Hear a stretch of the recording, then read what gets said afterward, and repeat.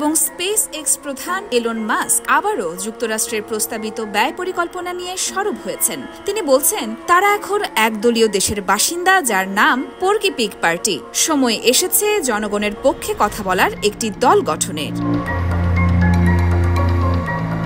Mask যে বিলটির কথা বলছেন সেটিতে যুক্তরাষ্ট্রের ফেডারেল ঋণ সীমা বাড়িয়ে $5 ট্রিলিয়ন করার প্রস্তাব রয়েছে। মাস্ক এটিকে পাগলামি পর্যায়ের খরচ বলে অভিহিত করছেন। এই মন্তব্যের পর টেসলার শেয়ারে বড়সড় ধস নামে। পরে কিছুটা ঘুরে দাঁড়ালেও বিষয়টি বুঝিয়ে দেয় রাজনীতি ও বাজার কতটা স্পর্শকাতর।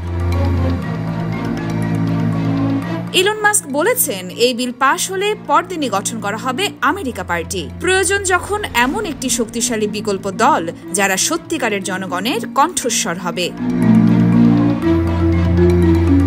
যুক্তরাষ্ট্রে বহুদিন ধরেই দুই প্রধান দল ডেমোক্র্যাটস ও রিপাবলিকানদের আধিপত্য নিয়ে সমালোচনা রয়েছে।